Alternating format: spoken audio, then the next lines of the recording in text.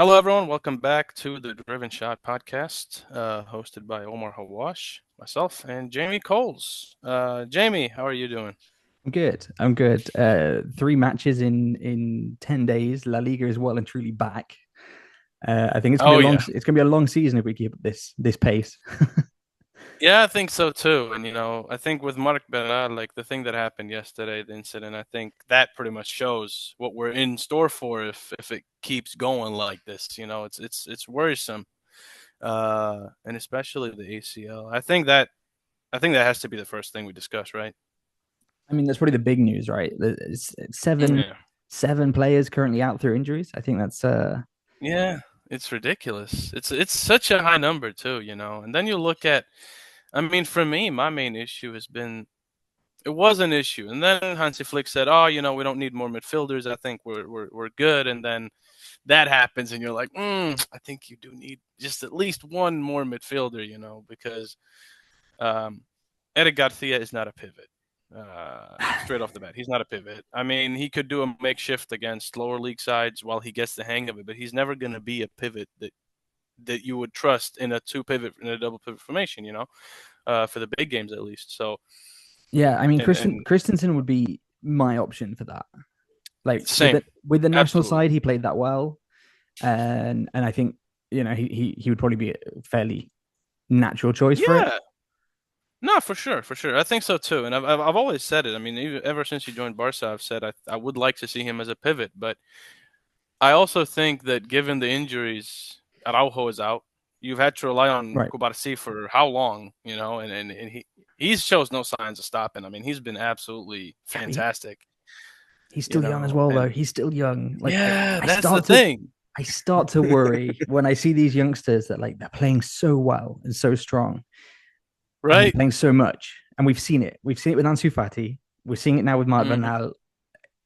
It's just like it makes me anxious. It absolutely, absolutely. That's my thing too, because you look at like even a Lamine Yamal, he's phenomenal player, but he's still so young. And if one thing is having to rely on a player that young when you have experienced players in your squad to give you results, that's one thing. But I think that doesn't necessarily speak to the lack of quality in the squad in that front. I think it For also sure. speaks to how good Lamine is. Um, I think it's a double-edged sword in that, but I also think that when you have to rely on youngsters that much, you have to try and kind of manage it. Otherwise, Marc Bernal, who's been amazing. He was very good last season, coming in through preseason, really, really put on a show alongside Marc Casado, who hasn't really been as involved here since the season started. And I think maybe he could be an option to replace Bernal, but he's also young. So at some point you have to sort of say, okay, we want these youngsters to play because they're doing well, but we also need to manage those expectations because otherwise you're going to have a Pedri year again. Yeah. What did he play? 90 games that season, I think it was, or something. It was something crazy That was a like that. crazy season for Pedri.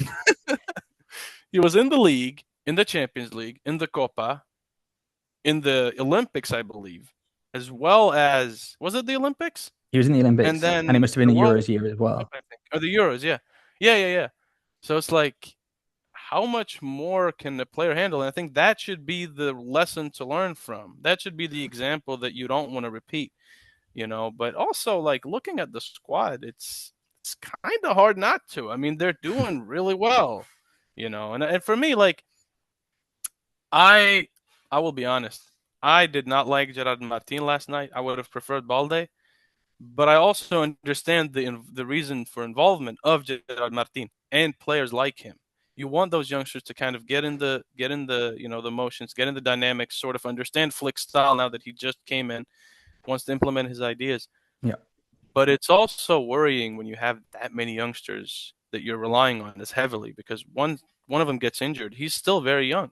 His body hasn't as isn't as developed as if a 25-year-old goes through that injury. He might not come back the same. We saw that with Ansu Fati. Yeah, man. Yeah, and that's the worry. And I mean, ACL injury, like he's going to be out for a good while. And like you say, it's Mm. an important age for their development. And to kind of Yeah. miss that and then come back and join such a demanding team like Barca, um, Yeah. like it's a worry. And I mean, we'll see. Like, hopefully he comes back quickly and easy, and he is able to kind of bounce back from it and get back into the swing of things fairly soon. But I don't know. Hopefully, yeah. It's I mean that's the thing with the ACL though, is it is a season ender more often than not.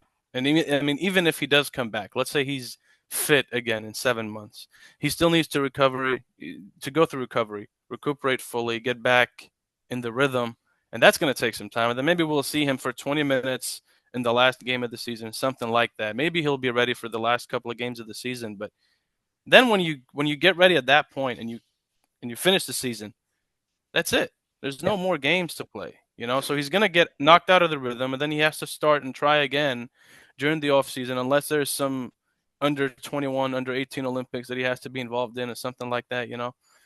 Um, so But it's it's like you're worrying. saying, he's 17 years old. This is these kind of Yeah, from 17 to like what 25, maybe even before that, like yeah, important development years for absolutely. males, for professional athletes, where they need minutes, they need to be playing, they need to work on the development of their physique, of the way that they can play Hmm. in the game. And like you say, it's a season, probably a good season that he's going to be out and he's going to miss. And I think that's a Yeah, real shame at any age, at any point in the career. But at this point in the career where he was like, he's just taking off. He was yeah, just, yeah. he was just spreading his wings, and then suddenly, like he's forced to miss a season. Like I say, just such an important moment in his career. It Um, is a shame. It really is a shame. I think also, just to kind of piggyback on that point, as you know, I spend a lot of time on social media, given Blaugranagram's sure. involvement in what we do. But also, I saw yesterday a lot of people coming for Isi Paradon's head after that challenge, and that's wrong. I don't I understand the passion, right? But that's wrong. You see people saying stuff that's really, really out there, and blaming Isi as if he meant to injure him, which he didn't. I mean, Bernal went in for the tackle, and it was an unfortunate incident. That's all it was. And Isi actually had to go out and a couple of hours before we were recording this, actually Yeah, went out and publicly, sent his best wishes and sort of apologized for the incident. And I think it's nice of him to do so, but I also think that part of that is forced by how social media is today and how it influences footballers and the lives of footballers. And I think it's a shame because it just doesn't belong in the game to I know it's been there. That like abuse has been there. Hurling abuse at players, hurling abuse at the referee, all that stuff has been there for years and years and years. But it's so much more prominent now because even the smallest, the most quiet voices can make the loudest noise. sure. And I think it's a shame for players like that to be caught in all of that, because obviously he never meant to do that. But then he has to go out and kind of say, hey, didn't mean to do it. I'm sorry. Um, and I think that's just also just worth kind of tapping into, because I think it's a big part of football nowadays is social media. And it's been heartwarming, to be fair, to see the amount of well wishes that Bernal has received. Even from Yeah, Gavi, who's also still recovering from injury, and it's kind of nice to see how it sort of brought the team together in a way. Not the injury itself, but the situation Barca have been in recently. I think in other clubs you might have seen it sort of weaken the bond between the players and the staff, but it seems like this is actually everything they've been through recently. and All the drama around the club. I think it's really brought them closer together. yeah, I think that's probably that's a good recognition. I like your reflection on that. You got to Thank remember you. as well, these kids have like they've spent a good amount of their lives together. A good, the kind of Right. important formative years they've spent together on the pitch, off the pitch, Yeah. going through like I don't know, meeting girls and learning like key things in football, in life, in the classroom, of course, because they're all studying as well as part of their kind of La Masia development. Yeah. And so it's they're probably like best friends. So Yeah. it Yeah. would make sense that like one suffers and they all kind of suffer it together. You mentioned Gavi taking to social media and like wishing him the best. I was just reading that the Dr. Juan Carlos Monjau will also be operating on Marc Bernal. He was the Oh. doctor that operated on Gavi. Yeah. Yeah. Yeah. Yeah. So That's good. so it's I guess like someone like Gabby who's kind of a few years ahead can Mm, maybe help Mark through it because like Alexia talked about it when she did her ACL. She says right. there's the physical element of it, but It's the there's also mental like one that the really mental, the emotional. Like it takes a toll on you. And so it's good. absolutely. It's good that Mark's kind of and all of them that have grown up in this kind of like La Masia context have got this Mm, like support network, and I think that's one of absolutely. the important things of these players that come out of Barca and the players that come back as well. Because the other big news from last night that we need to talk about is Dani Olmo, right? Absolutely. Man, I mean, dream debut. It's funny because I was covering the game on X. I hate saying X on Twitter. I was Formerly covering the known as game on Twitter. Twitter, formerly known as Twitter, and and I was kind of going through the motions and sort of commentating the play and stuff, and I was like, okay, Almo is gonna score. So I put up a drafted tweet for Almo scoring, and then 2 minutes later he scores, and I was like, yes, it happened. Because you could just tell. You could tell. I mean, he comes into the game and he just completely changes the dynamic. And it is everything that I was hoping for. It's not everything I expected because I honestly did not expect him to fall into place so quickly. I was very Right. impressed. He seemed very willing to get the ball. I mean, previously we've seen, I mean, in that number 10 role, you kind of have to be the player that asks for the ball a lot, or at least shows as an option. But I think in previous years, with your Coutinho's, with your Dembele, who's been deployed as a number 10, Griezmann, even Memphis, who maybe wasn't as much of a 10, but was definitely in the front three, you see them sort of shine away at first, but Almo didn't. And I really, really liked that. I thought that was a very promising outlook because he really seemed eager, which you can understand given all the registration issues and He's had to everything. watch from the for the bench for two matches. This Yeah, delayed yeah, start, like his time finally came, and yeah, I mean, I guess you know it was kind of a dream signing in some respects as well because he's got that like it enters in the dynamic as they say. Like he worked with the national side. He's right. come up from La Masia. He speaks Catalan. He speaks German. He speaks English. Like he can get on with everyone in the team. He's experienced so many different like leagues. He's played in so many different positions as well. I don't know if you saw the kind of the welcome interview that they did with him on Barca One, but he Yeah. explains how like he's worked Oh, as an attacking forward. He's worked on the wing. He worked on the mid. Basically, like whenever they've said like, "Hey, we need you to work here," aside from yeah. kind of in goal, he's played there, and so he knows like the La Masia DNA. He knows the different positions that everyone plays, and he knows how to fit in into whatever positions asked from him. And I think, like you say, Yeah. like we saw that he was able to ask for the ball. He was able to come and change the way play happened, the dynamic, the pace, and I think that comes just from that history that he brings to it that another player wouldn't be able to. No, no, absolutely. And I think, it speaks to how confident he is as a player, but also his versatility, which I think the versatility to me is key because for me, Sergio Roberto outstayed, he overstayed his welcome, maybe just by a smidge, in terms of what he could bring to the team on the pitch, right? And the reason why he was able to stay for so long is obviously because of his status and partly because of his versatility. That's why he was constantly seen as an option. Oh, you're not really at the same like statistical level, or you're not at the same quality of these midfielders, but you can play right back or you can fit in at center back or whatever. You can maybe play on the wing as an inverted wing or as a more defensive midfielder if we want a certain type of outcome from this game. And that's why he stayed, I think, for the 100%. large part. Dani Olmo comes in with a lot of quality for me.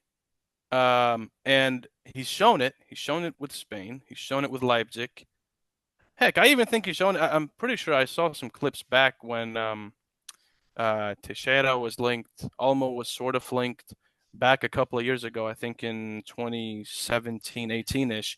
And, for me, it's kind of one of those where he's always been a quality player. He's always been a quality player. He knows where the goal is. He knows how to pick out the passes. He's got that little skill, that little extra flair that I think Barca have lacked. in the last couple of seasons. For me, Rafinha works his socks off every single game. Would I trust him to take on a defender 1v1 in the 89th? Maybe not. Maybe I'd pick Lamine, right? For me, Olmo kind of brings that element a little bit. And I think that him being able to do that in the 10 spot, maybe off the left, a little bit off the right, I think that really adds to Barcelona's style of play. And I think that yesterday when we saw him come on and you saw Rafinha getting shifted off to the left, you instantly saw Rafinha look far more confident. Yeah. And I think that's an element that we really have to address because Rafinha as the 10, I think, was a good experiment. And I would like to see him there if Olmo is injured or if Pedri isn't there or if you have a double pivot where Right. Pedri would be better off as a 10. But I think it also Olmo gets you the best out of Rafinha because Rafinha can play off the left. You don't have to put someone else at the 10. You can put Olmo there. And I Mm. think that really adds something to Barcelona, especially in the 4-2-3-1 that Flick wants to play. Yeah, no, 100%. And he's sort of it's like a gel that binds together this kind of attacking midfield and connects with the Absolutely. forwards. And yeah, like you say, dream debut, like coming I on mean, in the second half and making the difference, scoring, the such a decisive goal at that point in the match yeah. in a field that's historically very difficult for Barca. Oh yeah. Um, Oh yeah. and so to be able to Yeah, yeah. help them take away the seventh, eighth, ninth point of nine, to have this kind of perfect run to the start of Hansi Flick's period in the league, to have the perfect run to kick off the Liga this Yeah. season, and to be 2 points clear at the end of the third match day, like happy days, and the fact that Absolutely. it's Dani Olmo, Lamine Jamal, these names keep coming up at time and time again for making the Yeah. difference. I think it's awesome. And it's also for me, I mean, it was also poetic that Lamine was the one who set him up as well, you know. I mean, to me that was just like the cherry on top. And I think um I think for me, Olmo is one of those players that I've genuinely speaking, I've been advocating for him to come to Barca for years now. Because he's one of those players where you think he has the X factor. He does work hard, so he can also help. He's maybe not the best, definitely not the best defender, but he can put in a shift in terms of his pressing play. Sure. He already gets along with Lamine. He gets along with Pedri. He gets along with Gavi. They know each other maybe better than someone else that didn't play at the national team would if they came into Barca and played the number 10 position. So for me, I've heard a lot of people complaining about that 60 million price tag. You have to understand, in this economy, it is what it is. I mean, my I want to touch on this because it's something that it's kind of ticked me off a little bit recently because I've seen a lot of people complaining about the price tag. I saw with Dembele people complain about it, with Coutinho people complain about it, with Griezmann. And the problem for me is that that price tag, it's not like the player says, "Hey, I'm worth 120 million." Right. I think it's a bit unjust to judge a player on their price tag because that's a decision made between board and board or between agent and club reps and so on and so forth. Obviously, you can take it into consideration, but I think to say that, oh, for 60 mil, he's been a flop because he scored 20 goals when he could have scored 30, I'm not sure I agree with that assessment, you know, but it's worth factoring in. But I just think it's something that people, it's a very low hanging fruit for people to kind of critique players on that ground, on those grounds, instead of saying, okay, well, what did he actually bring to the team? 100%. And I mean, let's just remind ourselves that he's coming in from winning the Euros in a very, spotlight kind of role. And Absolutely. this Spain that won the Euros have been head and shoulders above anyone else. And to play a key Mm. role in that and then bring that over to a squad level when you're playing alongside the likes of Lamine Jamal, Pedri, Gavi, like, cool, happy days. And it's an Yeah. investment in the future for this squad, Yeah. for this Barca. Like, he's still pretty young. I mean, he's still young. Like, He is. Yeah. he's got Well, good years ahead. if he's old, I'm old. We're the same age, so He's got I hope good he's years not. ahead of him, and like, okay, he's come from other leagues, but he's got La Masia in him. Like, he's come Yeah. through that system, and to then go away and get the experience that he's gotten, play different positions, play under different coaches, play on a world stage, and come back to Yeah. Barca and be able to bring all that with him in what is a very, like, good opportunity for him in a leadership role to work along what's Absolutely. a pretty young squad. You know, we're talking about the Marc Right. Bernals, the Lamine Jamals, the Mad Caçadors. Like we need that kind of experience and leadership. And I think the Absolutely. fact that he comes in, he's speaking Catalan, he can relate to these youngsters, you know, what they're going through in La Masia, what they're going through stepping onto a massive stadium in front of 60,000 plus fans. You know, soon a lot of these youngsters are going to be going onto the European stage when the Champions League kicks off. Like Right. that value that he brings, it goes beyond 60 million euros for me. It's yeah, Oh yeah.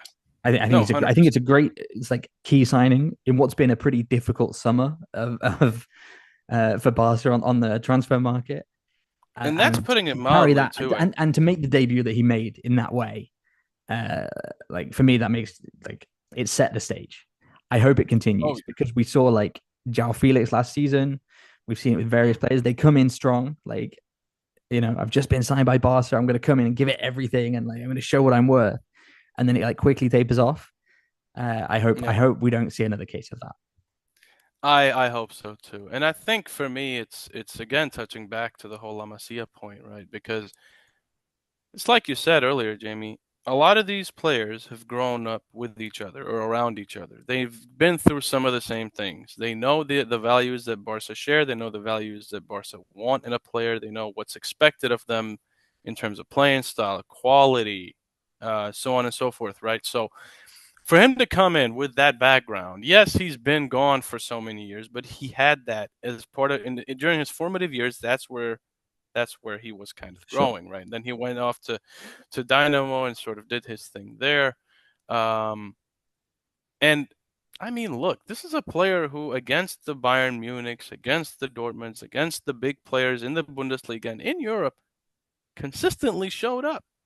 He's not a nobody that just happened to have a really good tournament once with the national team. No, he's a key piece of that national team, and he's been a key piece of Leipzig, and he's gonna be a key piece of Barcelona. I think if he keeps going like this, he definitely will be, and I think he's well on course for that. But I think for me, the kind of worry that I have now isn't really about Olmo because I was worried about the number 10 spot because Hansi obviously loves the 4-2-3-1. You can see why it's worked wonders for him over the years.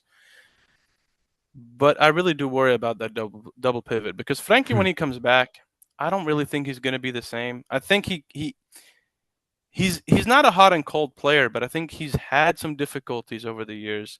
Part of that is due to what's been going on around the club. Part of that is due to the injuries that have been around the club, sort of forced him to play a different role. For me, he's best as a ball carrier from a box to box, straight up box to Right. box, carry it from deep, drive it forward. That's what he excels at for me. And I would like to see him in that role. But I think now with the injuries, I don't think we're going to see that.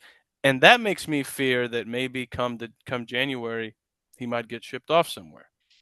I mean, Um, he's still got that like Ten Hag still going after him, right? Is the yeah, yeah, that's the that thing. that that, that Yeah, link's still there? He's still got he's compared getting the to band back together, Ten Hag. right, and I mean Frankie's still got that massive salary compared to the other players, Oh and yeah, you know any cent that Barca can save anywhere is going to come in handy. We've seen this absolutely. Dani Olmo registration saga, and it's this defensive midfield where we're now lacking depth all of a sudden.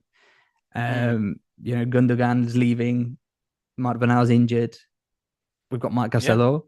So, but suddenly, like the attacking midfield is looking like dream, but this kind of defensive midfield is where we're really lacking depth now.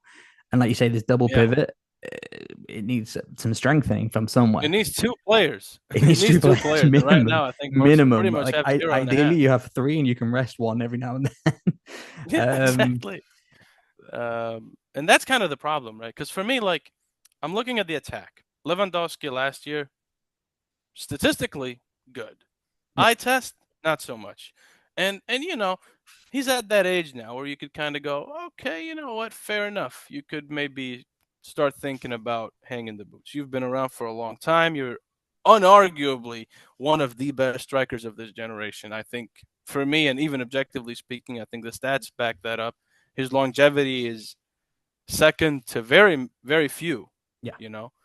And to me, I think that that merits respect. But I also think that at some point, I still feel disappointed about how Victor Roque left. Because yes, it's a loan deal, but why not keep him? Why not have him around? Because Pau Victor, you can rely on him, but it might become another Ferran Jugla situation. It might be a Margu situation. He might become a starter for Barcelona, but a player like Lewandowski is always going to be so heavy in the dressing room because of what he's achieved that you're not really going to knock him off until he's very clearly past it. Right. And I think for a player like Pau Victor, that's a decent situation to be in because he's still quite young. You know, he's just now kind of come into the fore of the first team. And for him, that's a decent situation to be in. For Victor Roque, I think it's different because for him, he sort of came from Paranense and he wanted to play. I thought he showed some potential. I think people were very quick to write him off as a flop. Hmm. As Barca looking to sign the next Endrick as revenge because Real Madrid signed Endrick. You know, and for me, I think that's a shame because I think Roque has potential. But I do worry for that striker spot as well as the defensive midfield. I think the defense, if everyone is fit, I think we got a luxury problem because we Yeah. have very very solid defenders, and quite versatile most of them as well. I mean, I probably wouldn't put Balde anywhere but left back, but Jules Koundé can play anywhere across that back line. Araujo can put a shift in at right back. Christensen can play anywhere on the pitch, Yeah. pretty much. I think. I mean, for me, he'd like Um, we said at the start, he'd be the logical to push up into that pivot position. absolutely, absolutely. You've got Hector Ford that can play on both wings. Yeah, Alex Solid. Valle, I would have liked, but Yeah. he's on loan, so But that's okay. He he's can with go off and Celtic get some now. But development. that's fine. I think that's fine. Yeah, yeah. Um, no, I No, I think you're mean he's absolutely not. right. He's Like, not. He's not one of those where he's not one of those where I would say, ah, could have really used him, but he would have been nice to have. You know, no, he's definitely shown he's been potential. solid for the under 19s. He's been solid for the Barça Athletic, and Yeah, he was solid in preseason too. You know, I absolutely. think that for me that was a very good test. You can tell he's been watching a little bit of João Cancelo, who now is at Al Hilal, which I was not expecting. But yeah, I think for me the defensive midfield and the strikers are sort of, as well as elephant in the room, Ter Stegen.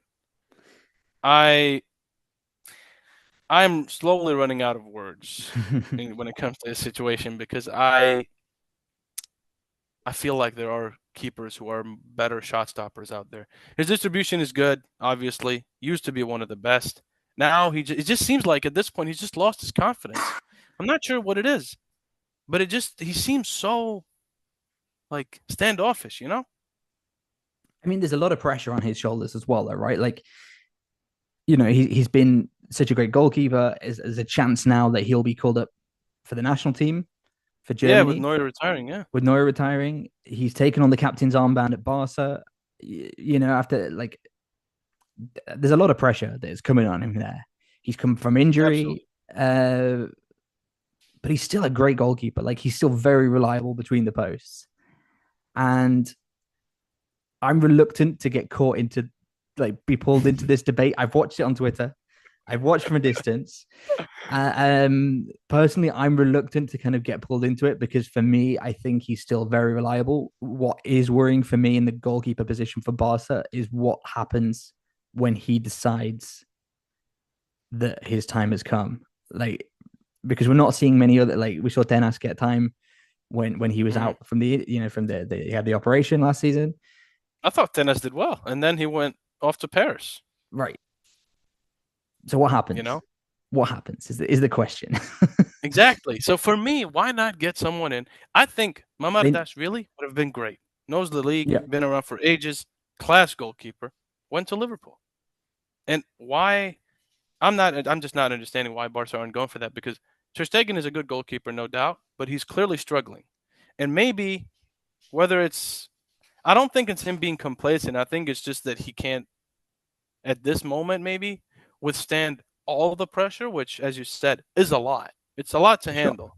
absolutely. And he's also aging. He's not aging a lot, but he's aging, you know? So you No, do no, for need sure. someone to take over. And Iñaki Pena is not the answer for me. He's not. I'm not sure if Astralaga can get there. Maybe. but maybe. also not too sure, you know. So Barca need to focus on that. I'm not sure I why like they Dan. didn't. I like Daniel Dennis. Um, Yeah, me too. Me too. and I mean, maybe they had to let him go for whatever reason, but I think they need to be thinking about the succession of Ter Stegen. And Absolutely. for me this season, let's see what happens. Maybe for Champions League, Cup, maybe they bring out. They have a rotation of goalkeepers. I hope so. I hope we see something like that for Ter Stegen's Would be sake nice. and for the future of that position's sake. Absolutely, because he's been around for what, 9 years? He can't be around forever. His, he can't, and that's just a fact. And now he's gonna have to worry about the national team as well, where I don't think Ulreich is gonna do anything anytime soon.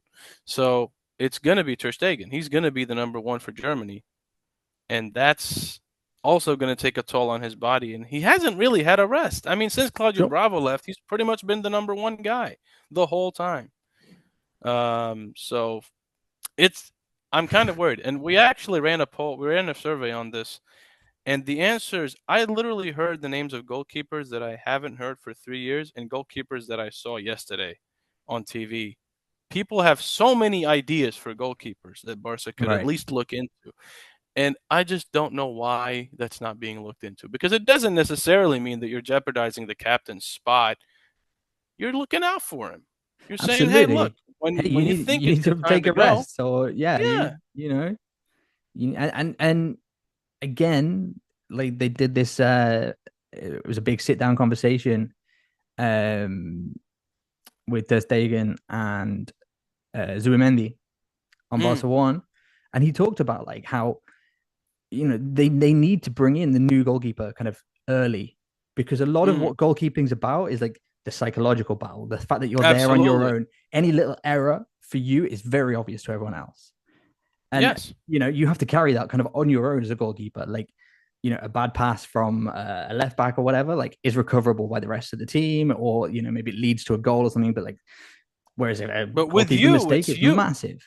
And so Yeah. they talk about like a lot of the communication skills that are involved as well, as a goalkeeper. Oh yeah. And so they talk a lot about this kind of process of bringing in and how Ter Stegen worked with Claudio Bravo. And I'm worried we're not seeing that. Maybe we are, and or maybe it's happening and we're not seeing it Mm. with Iñaki Peña or Asterlaga. But it's just not as there as it was before. I mean, I think part of why Barca had so much success um, in the Luis Enrique era. Before that, obviously under Guardiola because he's Guardiola, but also because Sure. of the fact that things were under control in a way where you could say, okay, for each position, you pretty much had the replacement ready to go. With Ter Stegen, when he came in, Claudio Bravo was the guy. Then he knocked him out. Claudio Bravo left. You never got that second guy for Ter Stegen. Before Claudio Bravo, you had Valdez and Pinto, and before that, so you've always had that, There was that and kind of now like you don't. natural successor, and Yeah, and it always kept them on their toes because you as a goalkeeper would go, well, it's a very vulnerable position in the sense that if I make a mistake, I'm gonna be held accountable every sure. single time. It's gonna be extremely obvious. And if you don't have someone to constantly keep you on your toes, you will subconsciously get complacent. And if you on top of that have a lot of pressure on you, it's gonna be difficult to keep that level up. Because really, in this is not to put words in his mouth, but realistically, let's say he doesn't perform. What happens? Nothing. You're not going to put Iñaki Peña in. You're not going to put Astralaga in. They're too young. You're not going to play them in the Champions League if you face Bayern because that's going to ruin their confidence. They're still very young goalkeepers who aren't really proven yet. So, even with Iñaki Peña, when he got sent to, I believe it was Besiktas on loan, right? Mm-hmm. Muslera wound up playing most of that season anyway. So it's a goalkeeper that hasn't really been able to prove himself on the big stage. You can't put him in. So your only option is Ter Stegen. And that's a problem because now it's a problem because he's not really performing as well as he maybe should in some cases where you look at other goalkeepers and go, yeah, he probably would have saved that. I mean, for me, the near post shot, I was surprised he didn't save it because I've seen those saved before. Yeah.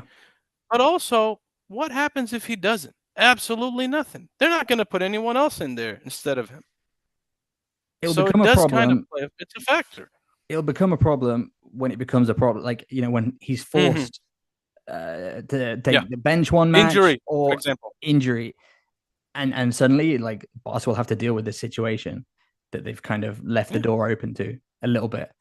I mean, I hope like Iñaki Peña or Astralaga come After in like, and they just absolutely smash it. And they're like, it's like, me yeah. too. Me And too. and and 10, 15 years from now, we're watching a documentary that's like, oh yeah. Me and Mark used to sit down and discuss at length like the philosophy of goalkeeping uh, you know, and we go, right, okay, Maybe. we just didn't see it.